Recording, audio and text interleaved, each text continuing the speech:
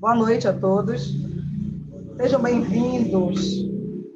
Em primeiro lugar, agradecer a nossa faculdade por essa oportunidade de estarmos nesse momento tão difícil em nossas vidas, um momento de muita reflexão, apresentarmos um pouquinho da nossa disponibilidade e estar levando algo a vocês. Tá? Então, a faculdade disponibilizou site para os professores, alunos estarem nessa constante conversa, diálogo aí com a nossa comunidade, com os nossos amigos, convidados, enfim. Tá? Então, hoje à noite, nós iremos estar fazendo uma live diretamente com nossos alunos, representando o curso de História da faculdade. São os nossos alunos Douglas, André, Douglas. Boa noite, Douglas. Boa noite. Aguinaldo, tudo bem? Mike Lobato. Boa noite. Boa noite, professora. O Márcio Costa. Boa noite, professora. Boa noite aos colegas. Boa noite. Boa noite. Uma honra tê-los representando o curso de História e que hoje nós vamos tratar um tema atual, um tema polêmico, um tema real. É assim, como é live, nós não temos tempo para estarmos discutindo essas situações assim, com bastante critérios e detalhes. Nós vamos apenas orientar vocês, orientar quem estiver nos ouvindo sobre essa temática, que é muito interessante, que hoje nos trouxe até aqui. Então, o curso de História vai estar falando sobre a SARS, que é o Covid, com o nome científico de SARS-CoV-2, a supremacia do bloco russo-chinês, diante do projeto da geopolítica global no segmento da nova ordem mundial. Tá? É um tema assim, extenso, mas dá para a gente compilar em pouco tempo, mas nós vamos estar traçando o histórico, primeiramente. Para sermos discente do curso de História, nós temos que nos centrar na nossa área, no nosso tempo histórico. Então, nós não podemos tratar hoje essa temática atual sem voltarmos ao passado. Nós temos que ter a noção de espaço e tempo. Nós temos que fazer esse recorte para entendermos a real situação, a real condição que estamos nos encontrando hoje. Então, são muitas coisas que levam a gente a estudar, analisar a realidade. Mas vamos fazer o possível para tentar, da melhor maneira possível, estar orientando vocês, orientando nossos ouvintes, para estar, não só ouvintes, né, que estamos acompanhando aí, nessa compreensão dessa temática atual. Tá? Só para iniciar, vou fazer essa introdução, a nossa geração, a geração mais atual, nossos jovens, fazemos parte de uma geração mindset, uma geração alfa, uma geração que sempre teve, junto das farturas dos alimentos, as tecnologias, o nosso direito de ir e vir. Hoje, nós sentimos essa dificuldade. Então, isso levou a um caos, a transtornos, a nervosismos, ansiedade, porque a partir do momento que você se sente privado de certas condições da sua vida, que você nasceu e foi habituado, se transformou em uma nuvem escura que muitas pessoas ficaram doentes, desesperadas diante de uma situação, diante do novo, que na realidade muitos de nós não sabemos o que é isso afinal.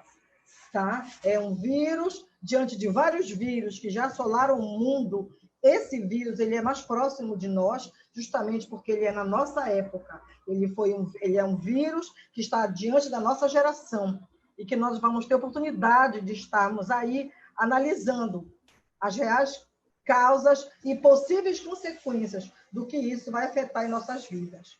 Então, é um momento de reflexão, de calma, não é momento de desespero, porque nós acreditamos na ciência e na tecnologia. Tem um autor norte-americano que escreveu um livro dizendo que os homens que viveram na Idade Média diante da peste negra, Eles não sabiam o que era aquilo que estava matando.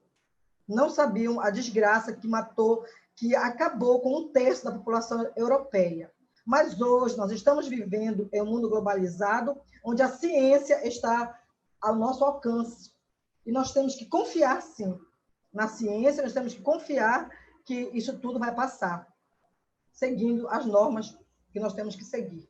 Porque, de fato, é algo novo e nós não estamos acostumados a lidar com choque como esse novo, que a gente, de fato, não sabe as consequências que isso poderá trazer.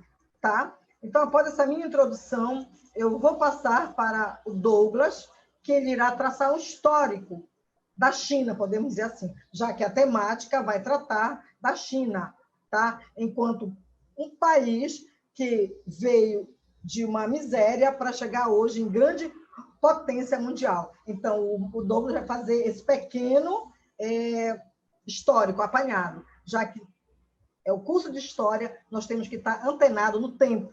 Então, portanto, Douglas, é com você. Obrigado, professora. É um prazer estarmos aqui conversando com vocês pelo Facebook.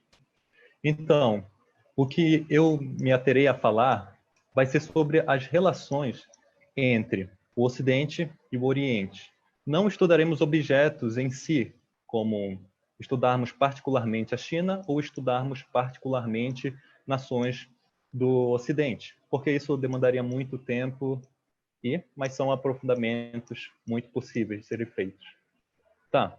Começando a traçar a importância da China para o Ocidente, ela data desde os períodos antigos, principalmente com o início que se tem em descrições sobre a Rota da Seda na Antiguidade. Então, você tem um povo extremamente rico na Antiguidade, extremamente povoado, extremamente rico também na Idade Média, e enquanto o Ocidente passava por diversas crises e, muitas das vezes, dispersão de povoamento. Então, quando nós falamos da Rota da Seda, nós falamos de, muitas das vezes, um monopólio de produção. Muitos dos produtos eram comercializados com que hoje nos convém a falar, no período pós-Primeira Guerra Mundial, de Oriente Médio, entre países do Oriente e entre o Ocidente. Então, você pode muito bem ver a suntuosidade do comércio da Rota da Seda entre os sultões árabes, entre os imperadores e reis medievais. Passando adiante, você poderá ver também um estímulo a buscar novas rotas para o Oriente. Essas rotas vão ser estimuladas muitas das vezes por comerciantes. Um dos principais e mais estudados é Marco Polo. Marco Polo registra em seu livro de memórias as suas navegações buscando novas rotas para o comércio da seda. E essas busca por novas rotas inspira outros navegadores. Esses outros navegadores que vão dar impulso ao que se convém a chamar, no século XV, de as grandes navegações. As navegações ultramarinas e os grandes, digamos assim, descobridores do mundo até então desconhecido, o Novo Mundo. Tá. Esses navegadores que foram impulsionados por Marco Polo, primeiramente, exerciam muito a prática do comércio entre o Oriente e o Ocidente. O comércio de tecido, de outras bugigangas que eles comercializavam entre Ocidente e Oriente. E de lá do Oriente eles trouxeram uma das primeiras pestes e a das mais devastadoras da história da humanidade, que é a peste bubônica. Ela foi trazida neste período, então houve-se grande abalo da sociedade ocidental. Você pode visualizar que hoje a Itália é um dos principais pontos é um dos principais focos da epidemia do Covid-19. E, na Idade Média, também foi um dos principais pontos da peste bubônica. No caso, fazendo um adendo aqui sobre a situação da Itália na Idade Média, a Itália era uma das cidades mais povoadas da Idade Média. Havia uma concentração maior de pessoas lá. Devido ao quê? Ao fator urbano. A Itália era urbanizada antes da Idade Média devido ao Império Romano. Então, de certa forma, o local era totalmente propício, as rotas eram totalmente propícias e, posteriormente, surgirá, essa peste passará e surgirá um movimento predominantemente urbano, que será o renascimento cultural. Passando adiante, já no século XX, estamos aí por passar pelas guerras napoleônicas, que tinham sido a maior catástrofe que a Europa já tinha experienciado na pele. No caso, vamos entrar e inaugurar o século com a Primeira Guerra Mundial, que grande parte dos historiadores denomina como a guerra mais importante para a construção do mundo em que vivemos.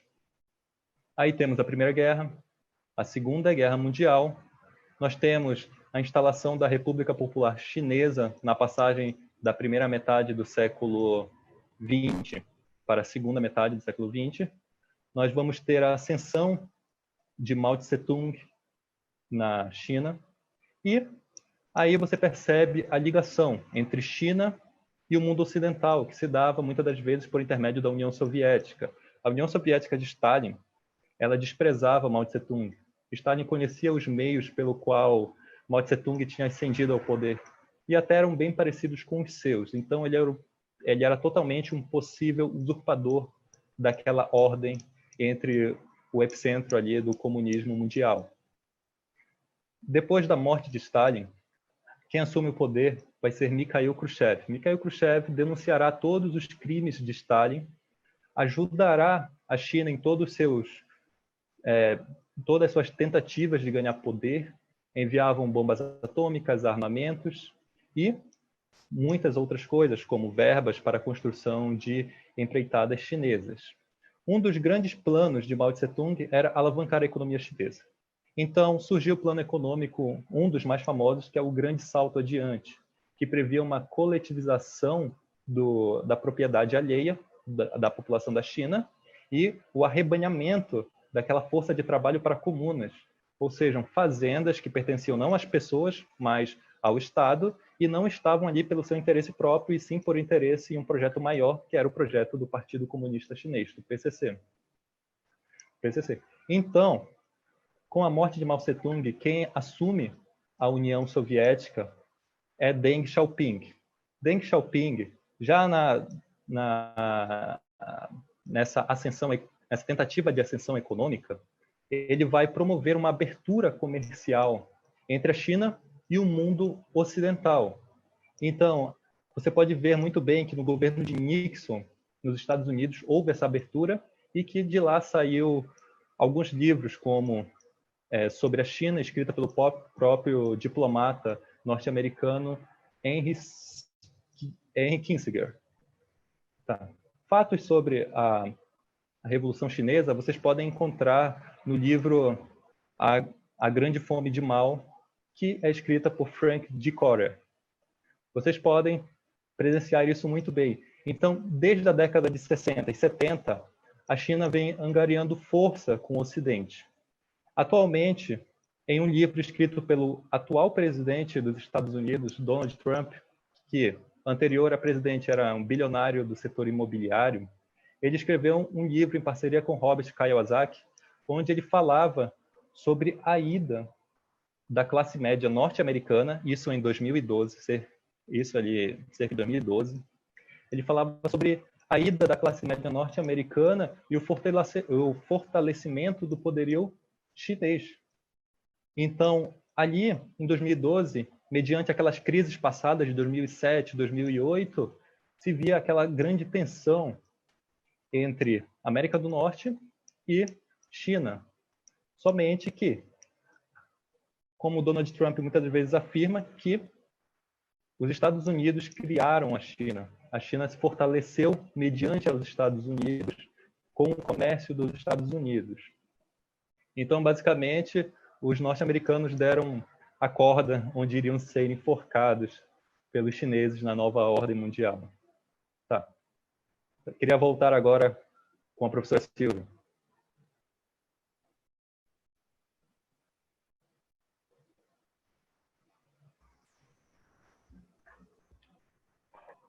Tá? Perfeitas colocações do Douglas. Ele soube situar, porque para o historiador, ele necessita trabalhar datas, o historiador necessita trabalhar o processo histórico e trabalhar principalmente a parte de centralizar aquilo que ele quer estudar. Porque o processo é tão amplo, gente, que não tem como você pegar uma temática e acabar. Não existe isso. Você tem que... Aquele assunto você vai explorar de várias formas. Então, ele fez esse apanhado geral da situação da China desde a Idade Média, podemos dizer assim. E quando nós falamos em nova ordem mundial, é uma temática que ainda ela é inexplorada. Aqui no Brasil, nós temos um livro de um autor nacional, que é a Nova Ordem Mundial, que não se tem muito, porque é um planejamento de organizar uma política única, mundial. Então, ninguém vai entrar na mentalidade dos grupos para descobrir, de fato, o que está acontecendo. Mas tem autores americanos, tem uns 13 livros produzidos com essa temática. Eles são livros em inglês, mas, assim, quem conseguir compilar esses livros, nós não temos ainda esses livros traduzidos, mas que já tem muita coisa se falando na nova ordem mundial. E quando nós falamos em bloco russo-chinês, por quê?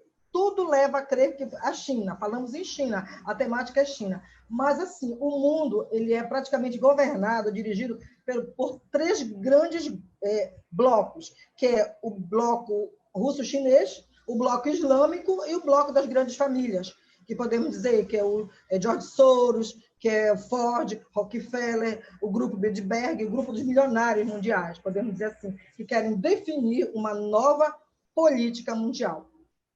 E essa crise da China, essa crise que está nos assolando hoje, todos falam vírus da China, o vírus que veio da China. É um caso muito polêmico, é um caso muito delicado, mas, de fato, os grandes vírus da humanidade, as grandes causas de disseminação de vírus estão vindo das regiões da China. Nós temos isso como comprovar. É China, sim.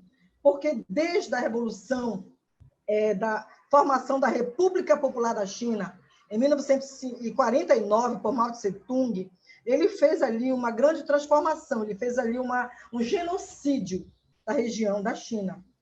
E com isso, mais ou menos na década de 60, deu errado o plano. Eles estavam com tanta ambição, porque lá populações de bilhões, né? Não é milhões, é bilhões de habitantes. Então, em 60, houve uma fome muito grande. Pela ambição das terras, começaram a dar uma ideia de se plantar sementes em vários locais, mesmas sementes, para se ter muito alimento. Mas deu efeito rebote. Essas sementes não puderam germinar, porque estavam com muita terra, não deu certo. Com isso, houve a seca, a fome. E essa fome foi ao extremo. Nós temos livros, obras, de que crianças eram vendidas para servir de alimentos. Houve um canibalismo na China na década de 60 e foi aberto esse comércio para animais silvestres, que nós conhecemos hoje e sabemos que a China, algumas regiões da China, principalmente o sul da China, Wuhan é uma das principais, e Wuhan tem mais de 10 milhões de habitantes. Tem como seu cardápio, podemos dizer assim, alimentos de todo o tipo animal, de toda a ordem viva, tá? De sapos, ratos e morcegos que nós sabemos. Então, essa cultura veio de lá. 49, quando chegou em 60, a fome chegou. Então, aconteceu um holodomor na China, tanto pela fome quanto pelas atrocidades de Mao Tse-tung, que ainda é muito elogiado por muitos líderes, por muitas pessoas. Mas Mao Tse-tung foi um grande genocida da China.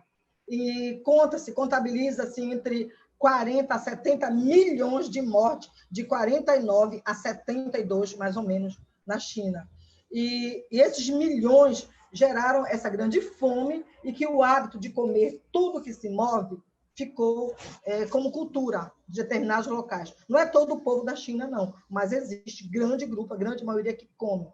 E começou aí a haver esse contato de animais vírus com outros animais e que passam para humanos. Então, muitos desses vírus que saíram desses animais passaram para humanos, com transmissão. E já causou outros vírus na humanidade. Não foi só esse agora, não é novidade, não é o primeiro. Tá? O Covid, a SARS, não é o primeiro. Desde a década de 30, e principalmente da década de 50 para cá, a China vem espalhando o vírus no mundo, devido a essa situação inóspita que eles vivem lá. Então, essa situação toda gerou essa organização criminosa da China e se foi fundado o Partido Comunista Chinês. Então, é um partido altamente genocida, em que mata cidadãos, isso aí já vem acontecendo desde Mao Tse-tung. O próprio presidente da China hoje, o Xi Jinping, o pai dele foi militar general do Mao Tse-tung. O Xi Jinping, quando tinha 15 anos, ele foi para o exílio e trabalhou nos campos forçados, nos campos amarelos da China, em trabalhos forçados. E isso gerou não uma revolta de vingança quando ele saiu desse exílio, desse local, nos campos, como prisioneiro e exilado, mas ele saiu com um desejo de poder. Tipo, eu não posso brigar com o meu inimigo, porque lá a morte é certa. O Partido Comunista Chinês mata qualquer rival ou qualquer pessoa do mesmo grupo que percebam que eles não estão se adequando com as suas ideias. E foi o caso que aconteceu, que Xi Jinping chegou ao poder, 2012, 2013 mais ou menos, e com isso o comércio do Brasil com a China se unificou. Essa negociação de muitos anos, o Brasil não é hoje que negocia com a China, tá? Mas acontece que da década de 2000, a década de 2000 para cá, podemos dizer assim, houve um avanço muito grande desse comércio, esse crescimento, essas ampliações. 79 para cá, quando chegou em 2000, melhorou muito. Quando foi de 91 a 2001, ampliou assim para, podemos dizer, em estatísticas de bilhões, 65 bilhões de dólares, a negociação do Brasil com a China. Só que o Brasil, para ter uma balança equilibrada, ele vende mais do que compra. Então, nós somos um país muito bom de negociar, de muito bons, nós temos produtos bons. A China é a nossa maior compradora de grãos, a China compra a carne, a China compra minérios, a China compra o nosso petróleo. E isso, para eles, é bom, para alimentar aquela população de bilhões. E, com isso, o Brasil, naturalmente, vende, porque precisa desse comércio internacional. Mas o que acontece nesse comércio é que, de um tempo para cá, a China não quer comprar somente produtos brasileiros, porque você tem o seu parceiro comercial que você negocia, que você vende, que você compra e vende. Mas a China quer se tornar praticamente a grande proprietária de grandes ações dentro do nosso país. A China hoje ela é dona de grandes redes elétricas do país, hidrovias. A China comprou praticamente as ações da Band, a TV Bandeirantes praticamente está no nome da China, e não é só isso, tem terras, quantidade de terras enormes em território maior que a Bahia. Então, a China está se apropriando de muitas coisas aqui dentro do Brasil. Isso aí, gente, não é bom para nós.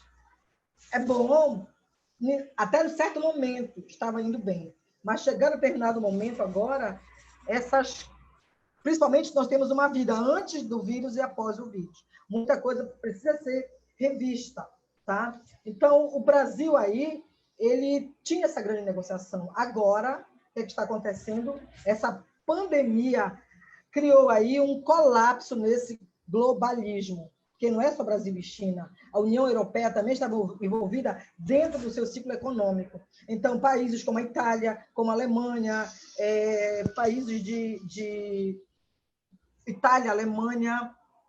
E o que aconteceu? Dentro da União Europeia, eles simplesmente fecharam fronteiras, a única situação que eles encontraram para conter o vírus. Com esse fechamento de fronteira, também entrou em colapso a economia global. Então, a economia ela não está somente entre Brasil e China, mas é uma economia mundial. E a China quer se apropriar desse momento também. Até porque o vírus lá já está controlado, ninguém sabe ao certo como é que aconteceu, já que é um país comunista, suas barreiras ficam fechadas. A sua imprensa é determinada, os cristãos são perseguidos. Então, o que acontece lá dentro é do Partido Comunista, que determina a ordem. Mas por que comunismo, mas eles vivem de capitalismo? Todo comunismo vive de capitalismo, mas o comunismo chinês, ele é um comunismo diferenciado. Ele é um comunismo para a cultura, para a religião, mas ele quer abrir a economia mundial, mas com grandes interesses, e que, tendo essa análise, é um interesse muito grande. Tá? Vejam só, isso não é a minha opinião, não é a Silvia que está falando, mas é um cruzamento de repertórios que me permite interpretar.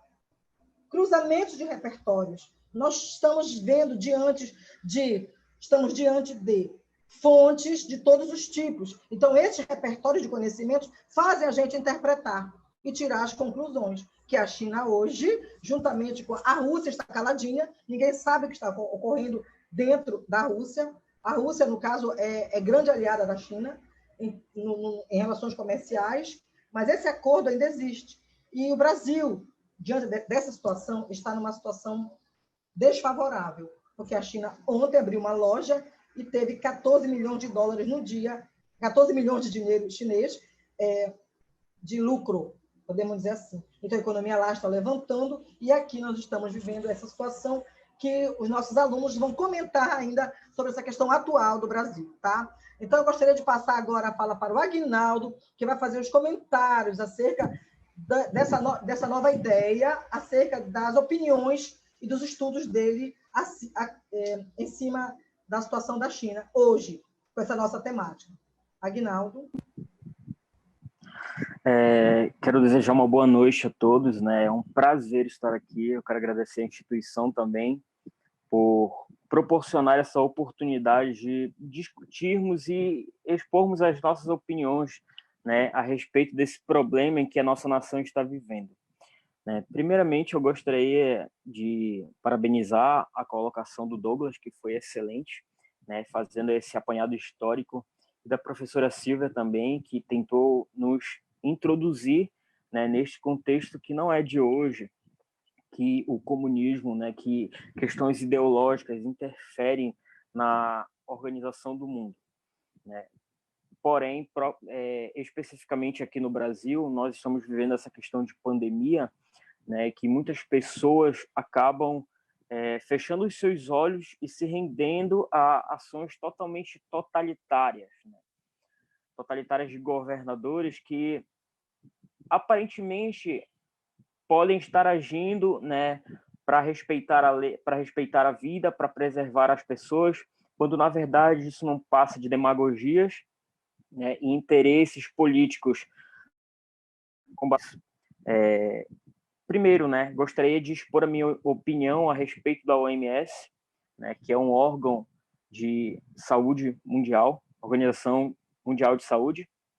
A OMS foi extremamente omissa desde o início, né, desta pandemia, né? Eles já tinham ciência desde 17 de novembro, né, e só foram tomar as devidas providências a partir do dia 30 de janeiro, né, o que realmente é um absurdo para uma organização que tende a ajudar, enfim, a humanidade, né, com essas questões, com essas crises de saúde pública, né? Ela foi realmente omissa, ela sabendo do conhecimento que a China tinha, sabendo de como a China estava reprimindo as informações, sabendo de como ela estava totalmente ciente desses problemas, mas mesmo assim resolveu abafar os casos. A OMS não tomou nenhuma proporção, né? Estudos internacionais já nos mostram que se a China tivesse tomado as iniciativas, né, uma semana, 2, 3 semanas antes, né, o problema teria basicamente sanado 95%, né? Nós não estaríamos na situação que estamos hoje, né?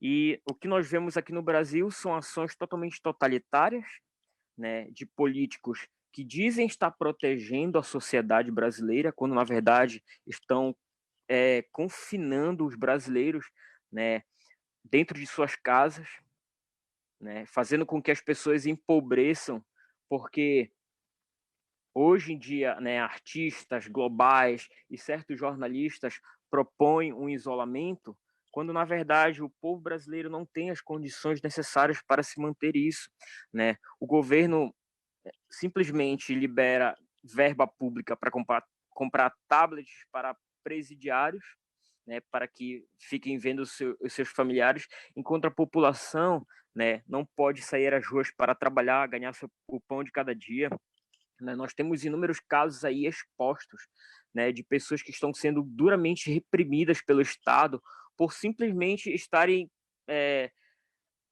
tomando o seu direito de ir e vir, né?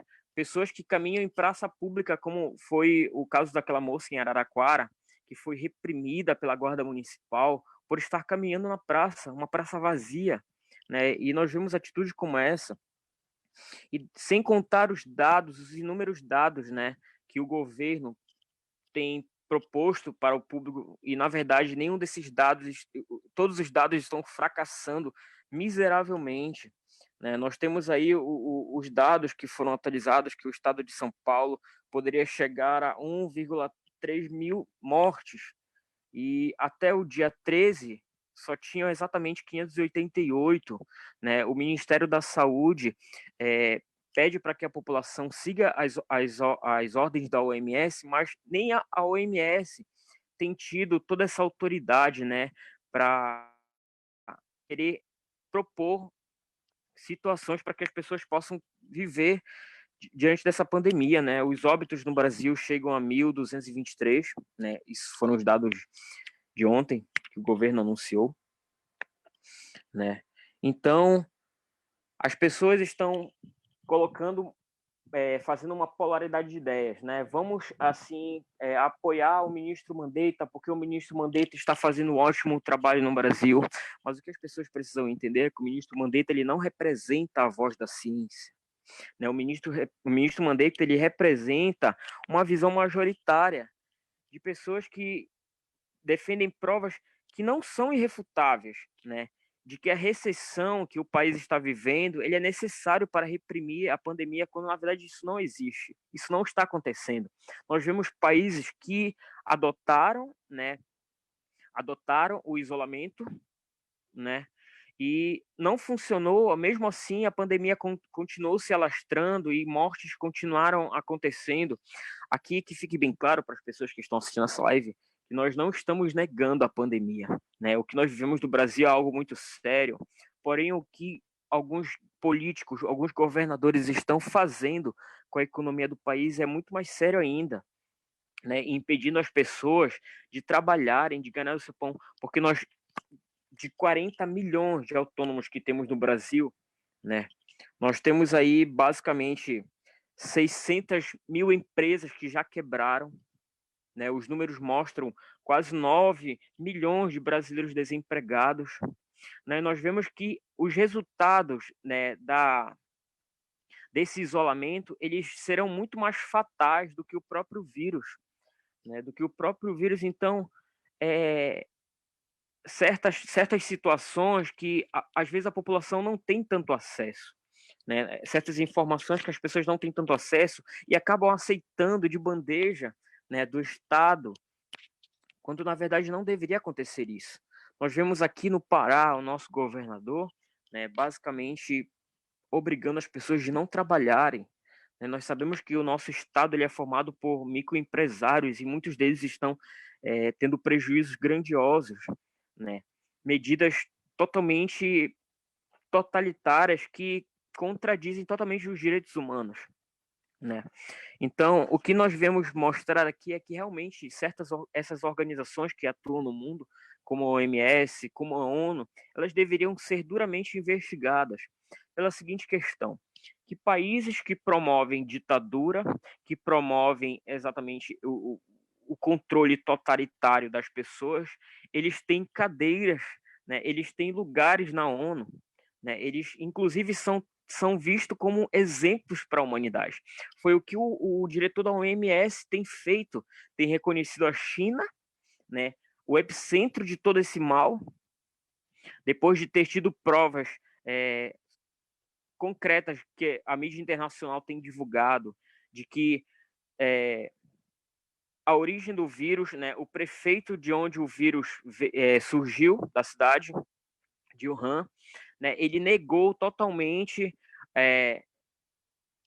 ele mentiu de forma vergonhosa, né, para o mundo inteiro, e logo depois ele admitiu que ele dependia do governo de Xi Jinping para poder liberar informações concretas para a população.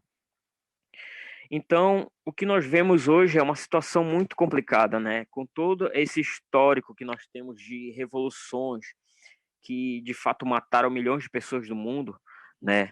O que nós podemos esperar realmente é que as pessoas procurem informações concretas, que elas não confiem totalmente na mídia, né? Ontem, assistindo o jornal da Record, que para mim, na minha opinião, é o jornal mais confiante que nós temos hoje no Brasil, né?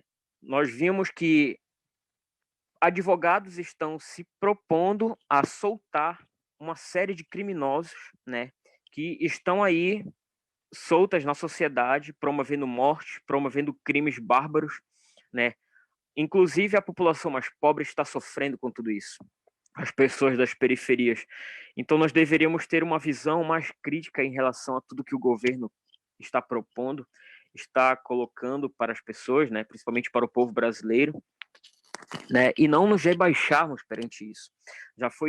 Estudos já foram feitos, principalmente nos Estados Unidos, da eficiência da cloroquina, da eficiência que este remédio tem em pacientes, né, que não estão em estado mais grave, né, que estão em estado inicial. Só que nós também temos o contraponto da indústria farmacêutica, né, porque é muito mais vantajoso para eles, né, não permitirem que esse remédio, que é de baixo custo, que um comprimido de cloroquina custa R$ 1, enquanto outros medicamentos que são mais caros, né, e que podem enriquecer eles ainda mais, possam sair e possam, de certa forma, enriquecer as suas empresas. E nós vemos aí o apoio do governo nisso, né? O ministro Mandetta, ele está ciente de que a cloroquina, em alguns países, ela, de fato, teve um efeito promissor. Mas o que ele tem feito, né? Tem negado isso descaradamente para o povo brasileiro, né? Então, dizer que o ministro Mandetta está correto e o presidente Bolsonaro está errado é algo totalmente equivocado, né? Eu não vou dizer que os dois estão corretos.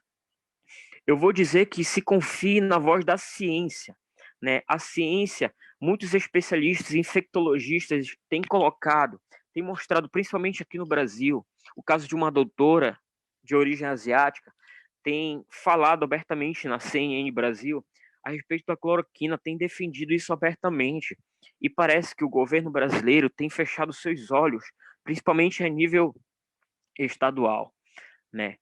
Então, que essa live possa ser muito produtiva, né, para os alunos, né? Essas informações que temos trazido para vocês, né? Muitas pessoas podem aqui criticar duramente, né? Porque esses alunos são bolsominions, não, mas nós, que fique bem claro que nós estamos a favor do Brasil, né? O nosso Brasil está sendo atacado duramente, está sendo alvo de interesses ideológicos e nós não podemos permitir que isso aconteça, né? Nós devemos combater o vírus, mas também combater a onda econômica que vai devastar milhares de brasileiros, que pode acabar com a nossa nação, que pode afundar o nosso país, que pode matar muito mais pessoas do que esse vírus tem matado, né? Então, eu passo a palavra também à professora Silvia e peço também para que os alunos que estiverem assistindo que possam compartilhar a live, né? possa levar ao máximo de pessoas que puderem, né? A população de Abaetetuba precisa ouvir, precisa saber da verdade que está acontecendo. Muito obrigada, Aguinaldo. Muito obrigada. Vamos ouvir agora alguns comentários acerca dessa temática, trazendo mais para a realidade. O Mike Anderson Lobato, por favor, faça os seus comentários acerca das continuidades dos assuntos.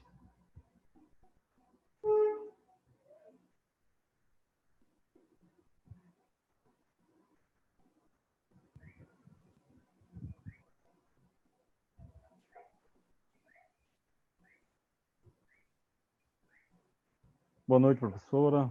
Boa noite, colegas. Boa noite, amigos. Na verdade, eu estou acompanhando a live aqui e eu percebo que simplesmente não temos liberdade de expressão, não temos como conversar em algumas ocasiões, esclarecendo fatos, noções.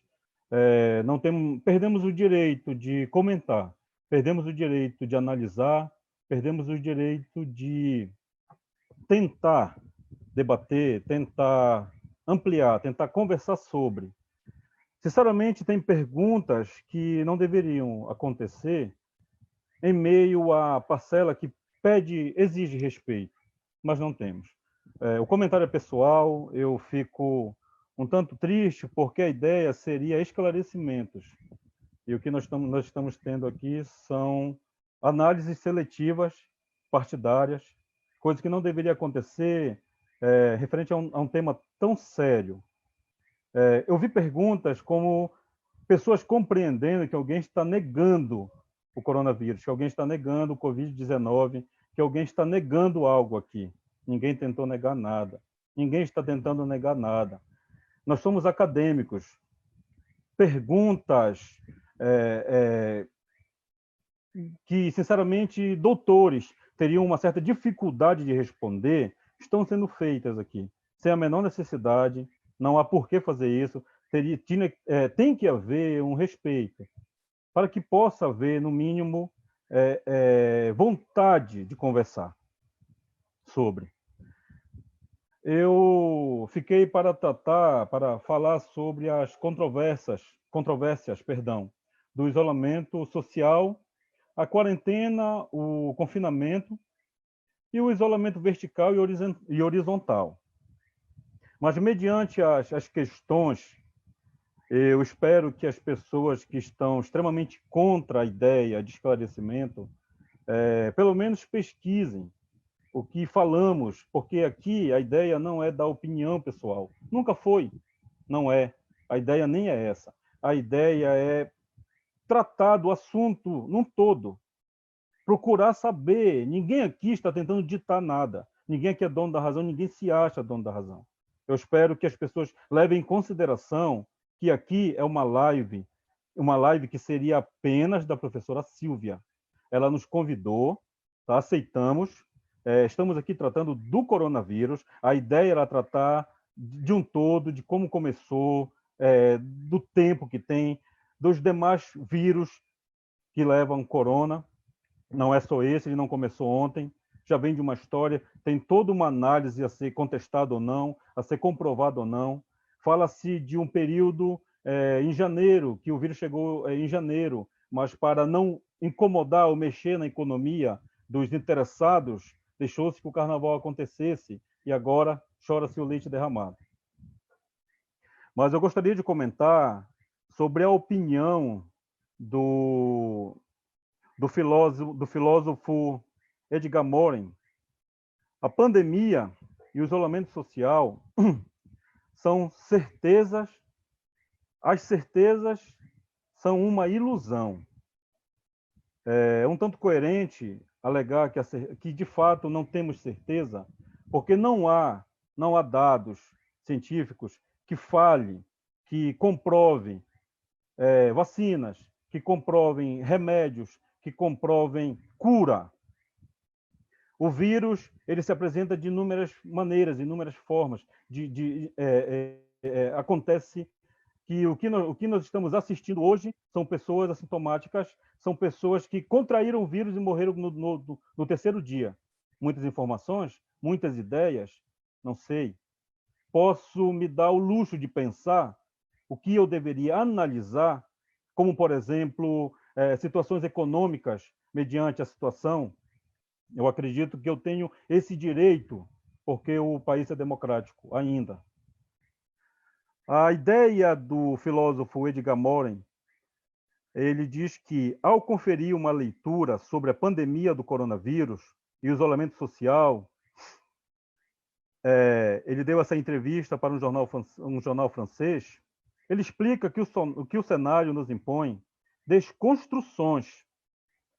A desconstrução da crença em verdade absoluta, na ciência, na obstinação por garantia de certeza e da pesquisa sem controvérsias. O momento em que vivemos tende a convencer cidadãos e pesquisadores de que as teorias científicas são biodegradáveis e que a ciência é uma realidade humana que, como a democracia, se baseia em debates e ideias, embora seus métodos de verificação sejam mais rigorosos. Eu espero que as pessoas compreendam que, novamente, um filósofo, eu espero que respeitem o filósofo, ele esclarece que nem com preparação, se houvesse uma preparação, se houvesse no mundo, olha, vai haver um vírus, esse vírus vai ser mortal, vai matar pessoas, em especial idosos, com imunidade baixa. Eu garanto que o mundo inteiro iria se preparar, iria, no mínimo, iniciar suas pesquisas, que estudos apontam que é possível que uma possível cura, uma vacina, algo relevante, seja daqui com 1 ano, 12 meses de pesquisas para tentar algo. Mas isso pede para que nós tenhamos, pelo menos até lá, pelo menos nesse período, vamos colocar até outubro, novembro, que mantenham-se os isolamentos, que até então é a única e eficaz orientação para que não se contaminem com o vírus e pessoas que não apresentem sintomas logo, pois, mais do que esclarecido, o vírus ataca o sistema respiratório e a pessoa com uma certa dificuldade, provavelmente dita a idade, ela deixa claro que a pessoa já está com dificuldades, a imunidade baixa, dificulta uma recuperação e, com o tempo, a pessoa pode morrer ao contrair o coronavírus. Então, vem a importância das orientações para o isolamento vertical e o isolamento horizontal. Essa eficiência, ela está em debate, ela é um tema de debate por conta da realidade que vivemos. Por quê? Se houver, de fato, a partir de decreto ou não, o isolamento horizontal, tudo vai parar. Tudo tem que parar. Pela lógica, tudo, absolutamente tudo tem que parar. Todos temos que ficar dentro das nossas casas. Porque essa é a sugestão do isolamento horizontal. Mas quem vai transportar os remédios para os doentes em tratamento? Quem vai curar os doentes em tratamento? Quem vai garantir que não exista tráfico pela rua? Eu penso assim, quem vai garantir que as pessoas não se acumulem, que as pessoas que não tenham noção do vírus se acumulem? Parem, visitem, caminhem, se desloquem. Porque a orientação do isolamento, a ideia do isolamento horizontal é que pare tudo. Mas como para tudo? Como parar um país? Como parar tudo? Não dá. Então, entende-se que na polêmica bem chata e complicada, é a minha opinião, tenta-se o isolamento vertical. Ele também tem os seus pontos negativos, como o horizontal. Mas ele indica que haverá uma maneira mínima, pouca, de manter a economia, manter o país funcionando, justamente manter os profissionais da linha de frente, mas de linha de frente mesmo. Médicos, enfermeiros, atendentes, maqueiros, policiais, bombeiros, o sistema que está à frente precisa estar em isolamento vertical. Então, como decretar algo baseado no isolamento horizontal, sendo que só funciona o vertical para um sistema, para toda uma realidade, a economia precisa se manter. Então, nós temos várias análises, nós temos noções de compreensão dessa realidade que nós assistimos, e ninguém, absolutamente ninguém aqui está negando nada, ninguém está negando que está havendo a pandemia, ninguém está negando que está acontecendo mortes, ninguém está negando nada. Estamos tratando de temas de ponto. Ninguém aqui está ditando nada.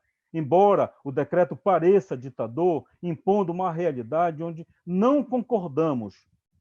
A minha opinião não importa. Mas no município de Abaetetuba, o decreto foi imposto sem que houvesse um caso de coronavírus ou de Covid-19. Não houve. Então, o decreto foi implantado. Está acontecendo. Se ele tem os seus benefícios, tem. Concordo. Se ele está legal, não sei. Eu penso que não. Se é imoral, eu prefiro não comentar. Mas a ideia não é ditar, impor nada. A ideia é esclarecer. Por isso, pedimos respeito para a opinião e, pelo menos, perguntas decentes. Ironias não vão mudar os nossos pensamentos. Ironias não vão nos ajudar. Também não vão esclarecer nada aqui, porque, como eu já mencionei, somos acadêmicos. Não estamos aqui para impor nada.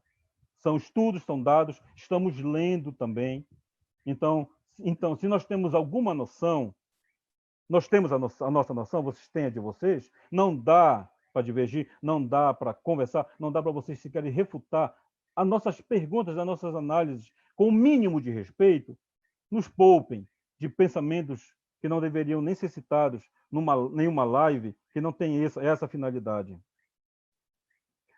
Então, eu acabei pulando, acabei esclarecendo a questão da necessidade da economia. Sem economia, a saúde para, tá? Sem economia, a saúde para. Sem o atendimento, pessoas vão morrer, tanto faz estar na sua casa ou no hospital. Sem a logística, nós vamos assistir os nossos familiares morrendo. Essa não é a ideia. A ideia é esclarecimento amplo de todas as análises, ao mesmo tempo que se falou, se a professora esclareceu a questão histórica do vírus, o Douglas esclareceu a trajetória, o Aguinaldo colocou outras análises, outros pontos, outras colocações, no mínimo, o certo seria averiguar. O certo seria vocês pesquisarem. Porque ninguém aqui está colocando nada, ninguém aqui, nós não estamos nem tentando, estamos conversando, estamos partilhando com vocês a nossa análise. Nós temos direito, não temos ou perdemos o direito. Agora, só quem é contrário pode ditar, pode falar, pode impor o seu posicionamento como único. Eu acho que não. Não é democracia? Não é democracia que estamos vivendo? Eu acredito que sim. Então, o Covid-19, embora os seus decretos, alguns não façam sentido, outros sejam extremamente necessários, porque em determinada região tem determinado índice. Em determinada região existe um certo controle cultural, trata-se de cultura, trata-se de bom senso. Não é querer, não é a minha opinião, não é eu decidir, eu estou bem, não estou sentindo nada, vou pegar, vou sair sem máscara, vou apertar na mão de todo mundo, vou pegar na mão de quem está gripado, vou entrar em setores de triagem, em setores isolados, para ver se eu vou pegar. Não, é bom senso que se pede, pedimos bom senso. Quase que imploramos para a população que compreenda que existe, ninguém nega, precisa. Mas o que está acontecendo é que a prioridade está na politicagem. Eu acho que politicagem a gente não precisa. Pede-se união, mas não tem união. Pede-se controle, mas não estamos vendo controle. pede-se que tenhamos cuidados, pede-se que se entenda que abrir mão de licitação para ações emergenciais a partir de um decreto emergencial fica um tanto suspeito quando se vê mais escândalo de corrupção do que, de fato, benfeitorias, ações, barreiras sanitárias, de fato, onde você, munícipe, você, cidadão, tanto faz ser do município de Abaetetuba ou não, receba a sua máscara que tem duração de 2 horas, recebam várias máscaras. A ideia não é cuidar do povo, não é cuidar das pessoas, não é combater o coronavírus. Por que não estamos vendo isso? Então, se revolta, revolta. A opinião passa a ser pessoal, passa. Mas a ideia é esclarecer que nem o ponto, nem o vertical, nem o horizontal vai fazer algum sentido se você não quiser. Se você achar que o horizontal faz todo sentido, pegue toda a sua família e se ponha em quarentena, por favor. Se você acha que o vertical se faz necessário porque você precisa trabalhar, você é autônomo, você tem que conseguir, você tem que pôr dinheiro, você tem que pôr o pão de cada dia na sua casa, vá trabalhar. Mas se você tem idoso, não toque no seu idoso, não chegue próximo do seu idoso. Ligue para ele, fale com ele, mantenha ele lá. Não, até a sacola que você for mandar para o seu idoso, passe um álcool, faça a higienização, faça com que o seu idoso tenha o mínimo de contato com você, que possivelmente está na feira, que você possivelmente está trabalhando num local onde várias pessoas passam por você. São tantas teorias, são tantas análises que o vírus pode ser pela saliva, através da boca, nariz e olhos. A máscara protege a boca e o nariz e os olhos. Como fica? Se alguém espirrar numa certa distância, nós vamos acabar contraindo. Não há estudos que apontam que o vírus fica tantas horas em locais, tantas horas em papel, tantas horas, dias em ferro. Se tem tudo isso, todo cuidado é pouco. Higienização, lavar as mãos. Se não lavar as mãos, não passe a mão no seu rosto. A ideia é esclarecer, nunca foi impor. Sempre esclarecer. O povo precisa de esclarecimentos. O povo precisa entender que é real, o vírus está aqui, está acontecendo, pessoas estão infectadas, pessoas estão internadas. Não estamos aqui para abrir mão, para fingir, para tapar o sol com a peneira, mediante a realidade como chegou, como aconteceu e como está aqui. Em nenhum momento estamos tentando fazer isso, mas prestar esclarecimento é nossa obrigação. Professora, é com a senhora. Esclarecedor, Mike. Vamos ouvir o Márcio para finalizar a nossa live. O Márcio, por favor. Márcio Costa, com você. Boa noite, professora Silvelena. Boa noite, Mike. As suas colocações foram muito pertinentes.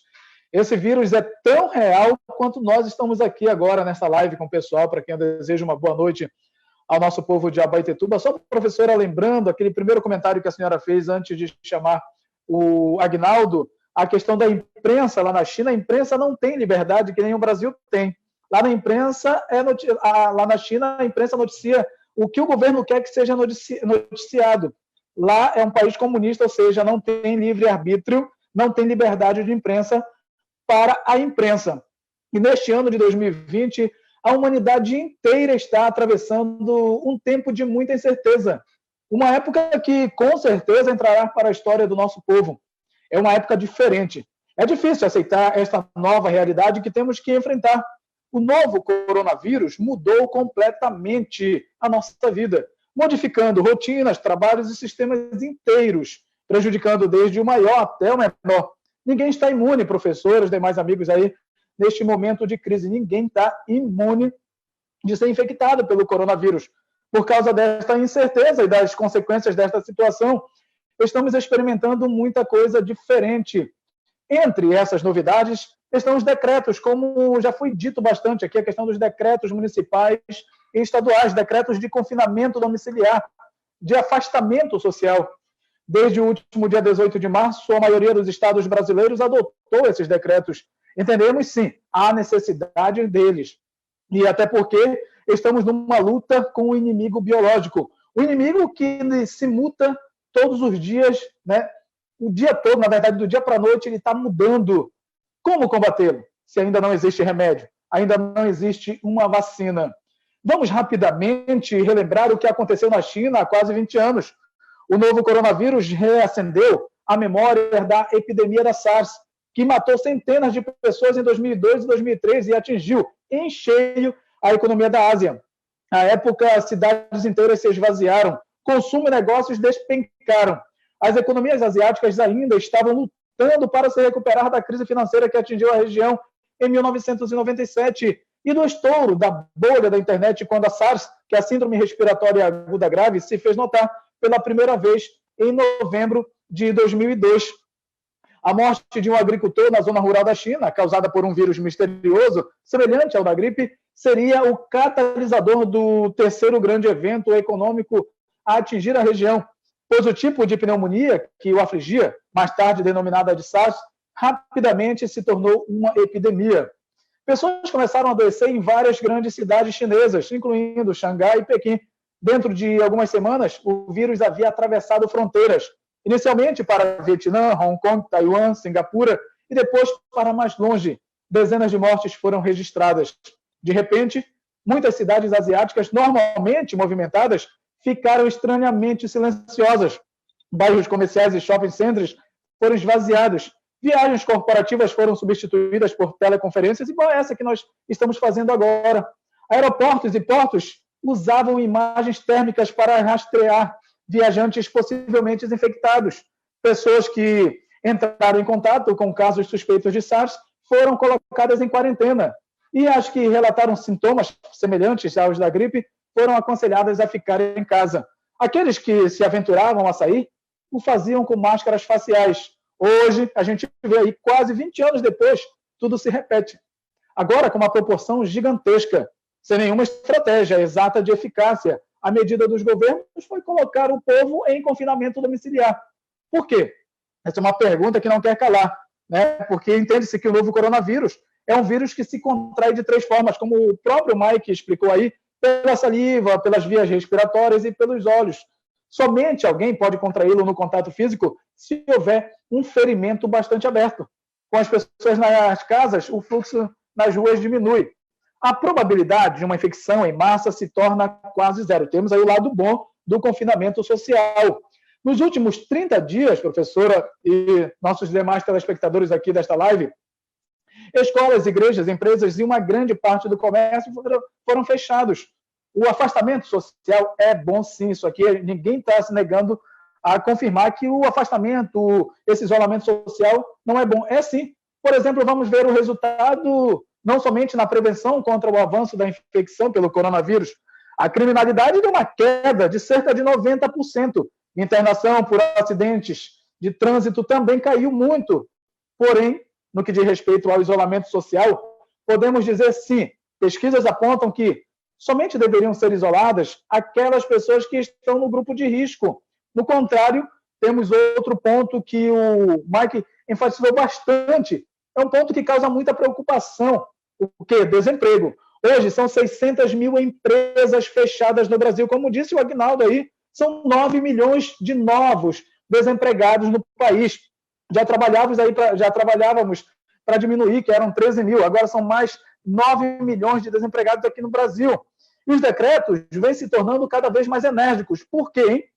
Mas o detalhe nos chama muita atenção, professora. Todos os casos do Brasil estão sob controle. Nos últimos 5 dias, o número de infectados vem diminuindo. E hoje, se compararmos o gráfico do Ministério da Saúde, vamos ver que o número de casos curados é bem maior do que os dos infectados.